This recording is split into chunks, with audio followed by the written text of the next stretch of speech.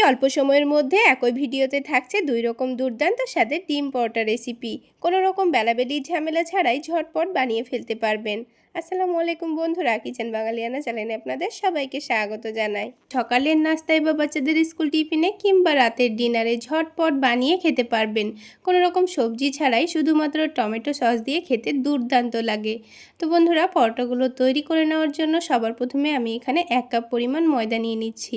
তারপর এখানে সামান্য পরিমাণ লবণ দিয়ে দেব, আর তার সাথেই সামান্য চিনি দিয়ে দিচ্ছি। চিনি দিলে পরোটাগুলো খেতে দারুণ লাগবে, কিন্তু খুব একটা মিষ্টি হবে না। এবার লবণ আর চিনিটাকে ময়দার সঙ্গে ভালোভাবে মিশিয়ে নিয়েছি। এবার এখানে উষ্ণ গরম পানি দিয়ে ময়দাটা মেখে নেব। এইরকম অল্প একটু উষ্ণ গরম পানি দিয়ে ময়দাটা মেখে নিলে কিন্তু পরোটাগুলো অনেকটাই সফট এবং নরম তুলতুলে হবে। আর পরোটাগুলো অনেকটা নরম তুলতুলে তৈরি করার জন্য এখানে এই ময়দার ডোটা একটু নরম করে মাখতে হবে। আমরা যেমন রুটি করার জন্য আটা মেখে থাকি, তার থেকেও এই ডোটাকে একটু নরম করে মাখতে হবে। তো বারে বারে অল্প অল্প করে পানি দিয়ে আমি ডোটাকে একেবারে নরম করে মেখে নেব।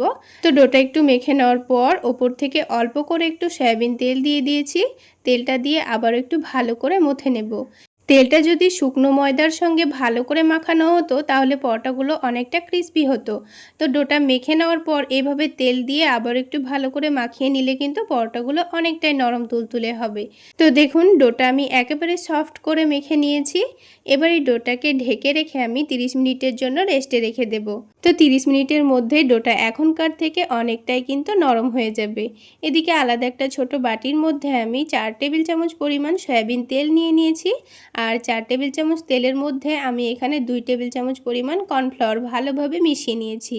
আপনাদের হাতের কাছে কর্নফ্লাওয়ার না থাকলে অল্প করে একটু ময়দা দিয়ে দিবেন। তারপর এরকম করে একটা পাতলা ব্যাটার তৈরি করে রেডি করে রাখতে হবে।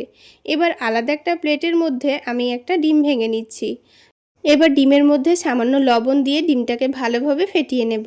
তো আমি এখানে একটা ডিম ভেঙে নিয়েছি, আপনারা কিন্তু 2টো ডিম ভেঙে নেবেন, কারণ 1 কাপ ময়দার জন্য আমাদের 2টো ডিম লাগবে। তো এই প্লেটের মধ্যে ডিমটাকে ভালোভাবে মিশিয়ে নিয়েছি।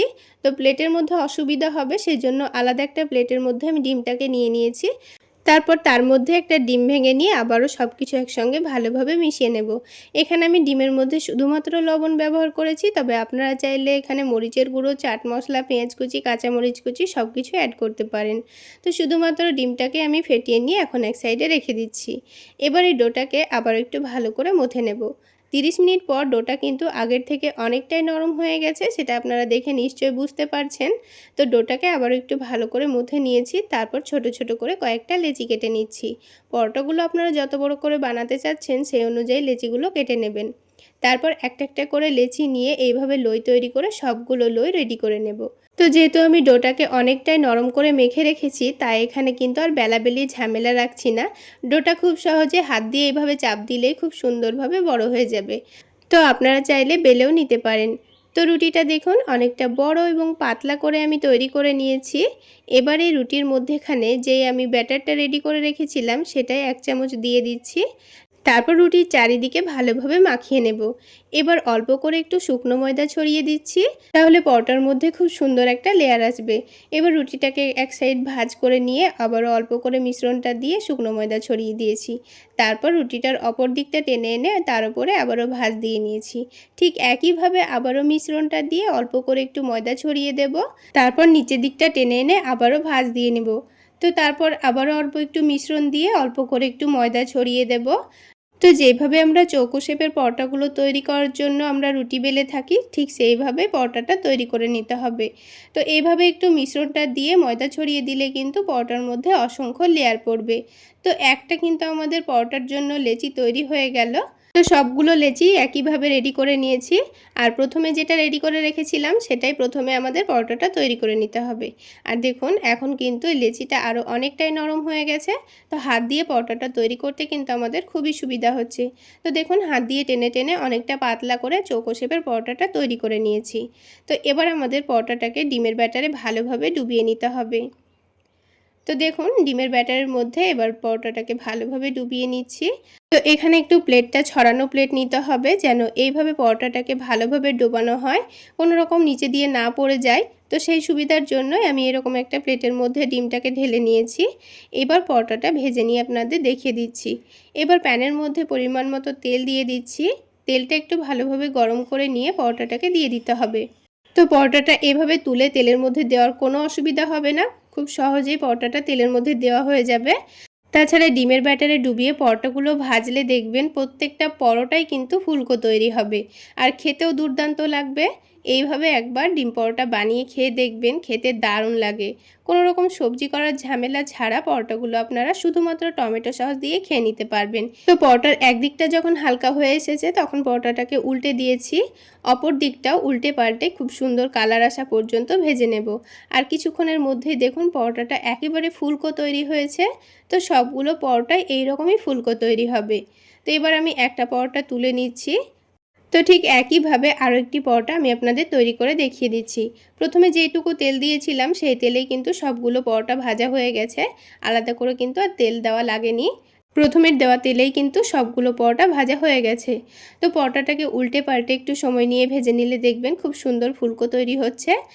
মিডিয়াম আঁচে পরোটাগুলোকে ভেজে নিতে হবে, তাহলে খুব সুন্দর ফুলকোও তৈরি হবে আর পরোটাগুলো খুব একটা পুড়েও যাবে না। তো দেখুন সবগুলো পরোটাই কিন্তু দেখতে অনেকটা লোভনীয় হয়েছে আর অনেকটা ফুলকোও হয়েছে। তাহলে বন্ধুরা, আজকের এই ফুলকো নরম তুলতুলে লেয়ারযুক্ত পরোটার রেসিপি যদি আপনাদের ভালো লেগে থাকে তাহলে অবশ্যই একটা লাইক শেয়ার করে দেবেন। আর আমার এই সহজ রেসিপিগুলো যদি ইউটিউব চ্যানেল থেকে দেখে থাকেন চ্যানেলটি সাবস্ক্রাইব করে দেবেন, আর ফেসবুক পেজ থেকে দেখে থাকলে পেজটি ফলো করে দেবেন। তো দেখুন বন্ধুরা, একটা পরোটা আমি আপনাদের ছিঁড়ে দেখিয়ে দিচ্ছি। দেখুন কতটা সফট নরম তুলতুলে হয়েছে আর এর মধ্যে কতগুলো লেয়ার খুব সুন্দর বোঝাও যাচ্ছে। আর পাতলা পাতলা লেয়ার, খেতেও কিন্তু দুর্দান্ত হয়। তাহলে বন্ধুরা, এবার আমি আপনাদের আরও একটি অন্যরকম পদ্ধতিতে বেলাবেলির ঝামেলা ছাড়া লেয়ারযুক্ত ডিম পরোটা বানিয়ে দেখাবো। সবার প্রথমে একটা মিক্সিং বোলের মধ্যে 1 কাপ পরিমাণ ময়দা নিয়ে নিচ্ছি। আপনারা চাইলে আটা দিয়েও বানাতে পারেন। এবার এর মধ্যে দিয়ে দিয়েছি অল্প একটু লবণ আর চিনি। তারপর একটু করে শুকনো উপকরণগুলো মিশিয়ে নিচ্ছি। এবার ময়দার ডোটা মেখে নেব। তার জন্য পানিটাকে হালকা কুসুম গরমের থেকে একটু বেশি করে গরম করে নিয়েছি।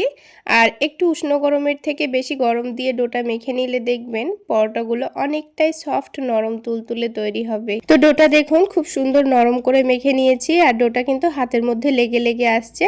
তো সেই জন্য অল্প করে তেল দিয়েছি, দিয়ে আবারও ডোটাকে ভালো করে মেখে নিচ্ছি। তাহলে ডোটা আর হাতের মধ্যে লেগেও আসবে না আর আগের থেকে অনেকটাই স্মুথও হয়ে যাবে।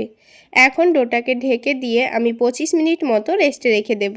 আর এই 25 মিনিটের মধ্যে ডোটা আগের থেকে অনেকটাই নরম হয়ে যাবে। আর ততক্ষণে এদিকে একটা ছোট প্লেটের মধ্যে 2 টেবিল চামচ নিয়ে নিচ্ছি কর্নফ্লাওয়ার। তার সাথেই দিয়ে দেব 5 টেবিল চামচ মতো সয়াবিন তেল। তো এখানে কর্নফ্লাওয়ার আর তেলের পরিমাণটা একটু কম বেশি করে নিতে হবে, তাহলে এই ব্যাটারটা অনেকটা পাতলা তৈরি হবে।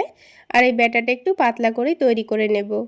এখন বন্ধুরা, ব্যাটারের ঘনত্বটা ঠিক এই রকমই তৈরি করে নিতে হবে। তো কর্নফ্লাওয়ারের ব্যাটারটা কিন্তু আমাদের তৈরি করা হয়ে গেল। এখন এটাকে আমি সাইডে রেখে দিচ্ছি। আর অন্যদিকে একটা প্লেটের মধ্যে 2টো ডিম ভেঙে নেব। যেহেতু আমি 1 কাপ পরিমাণ ময়দার ডিম পরোটা বানাচ্ছি, তাই এখানে 2টো ডিমেই কিন্তু হয়ে যাবে। তবে আপনারা যদি ময়দার পরিমাণ বেশি নেন তাহলে কিন্তু ডিমের পরিমাণটাও বাড়িয়ে নিতে হবে। তো 2টো ডিম ভেঙে নেওয়ার পর দিয়ে দিয়েছি স্বাদ মতো লবণ, অল্প একটু মরিচের গুঁড়ো আর খুবই সামান্য পরিমাণ দিয়েছি হলুদের গুঁড়ো, আর সবশেষে দিয়ে দেব চাট মশলা। আপনারা চাইলে এখানে পেঁয়াজ কুচি, কাঁচামরিচ কুচি, ধনেপাতা কুচিও দিতে পারেন, তবে আমি কিছু দিচ্ছি না, শুধুমাত্র ডিমটাকে কিছু গুঁড়ো মশলা দিয়ে মিশিয়ে নিচ্ছি। আরও একটি কথা আপনাদের বলে রাখি, আপনারা যখন ডিমটা গুলবেন এরকমই একটা ছড়ানো প্লেটে গুলবেন, তাহলে কিন্তু পরোটাগুলো ভাজতে খুবই সুবিধা হবে। সেটা ভিডিওটা পুরো দেখলেই বুঝতে পারবেন কেন আমি প্লেটের মধ্যে ডিমটাকে ভেঙে নিয়েছি। তো দেখুন ডিমটাকে আমি খুব সুন্দর করে মিশিয়ে নিয়েছি আর গুঁড়ো মশলাগুলোও খুব সুন্দরভাবে মিশে গেছে।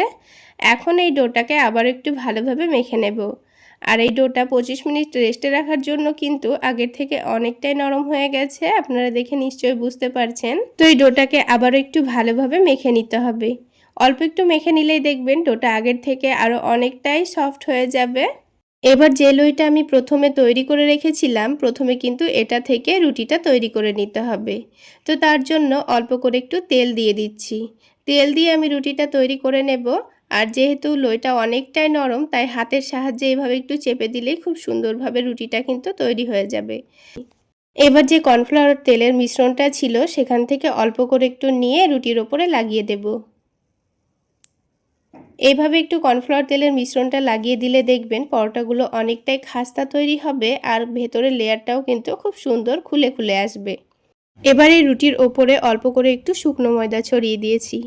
তারপর এক সাইডটা একটা ছুরি দিয়ে কেটে দিয়েছি। এবার এটাকে রোল করে নেব। এরকম করে কিন্তু পরোটার মধ্যে খুব সুন্দর একটা লেয়ার আসবে আর খেতেও ভীষণ মজার হয়। তো দেখুন খুব সুন্দর করে রোল করে নিয়ে এটাকে একটা কোণের মতো তৈরি করে নিয়েছি। তারপর ঘুরিয়ে ঘুরিয়ে ছোট করে আরও একটা লই তৈরি করে নিয়েছি। ঠিক একইভাবে আমি সবগুলো লই কিন্তু তৈরি করে নিয়েছি। এবার এই লইগুলোকে পরোটা তৈরি করার জন্য অন্ততপক্ষে 10 মিনিট মতো রেস্টে রাখতে হবে। 10 মিনিট পর আমি আপনাদের পরোটাগুলো তৈরি করে দেখিয়ে দিচ্ছি। দেখুন 10 মিনিট রেস্টে রাখার জন্য লইটা কিন্তু আগের থেকে অনেকটাই নরম তুলতুলে হয়ে গেছে।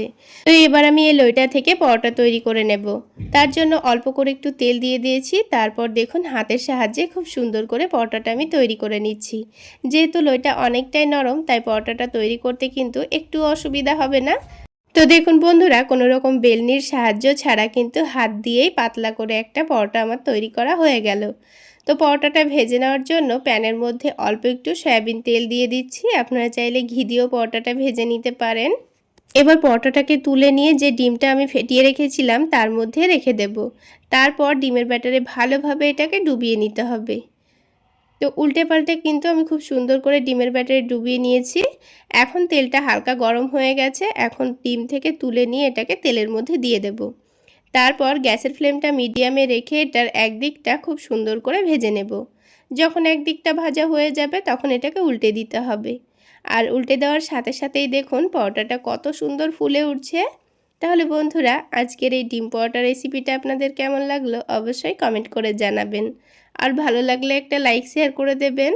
আর আমার এই সহজ রেসিপিগুলো যদি ইউটিউব চ্যানেল থেকে দেখে থাকেন চ্যানেলটি সাবস্ক্রাইব করে দেবেন। আর ফেসবুক পেজ থেকে দেখে থাকলে পেজটি ফলো করে দেবেন। তো দেখুন বন্ধুরা উল্টে পাল্টে একটা ডিম পরোটা কিন্তু আমার খুব সুন্দর কালার করে ভেজে নেওয়া হয়ে গেল। তো এইভাবে করে আমি সবগুলো পরোটা তৈরি করে নিয়েছি। খেয়ে দেখবেন কোনো রকম সবজি করার ঝামেলা ছাড়াই কিন্তু আপনারা শুধুমাত্র টমেটো সস দিয়েই খেতে পারবেন।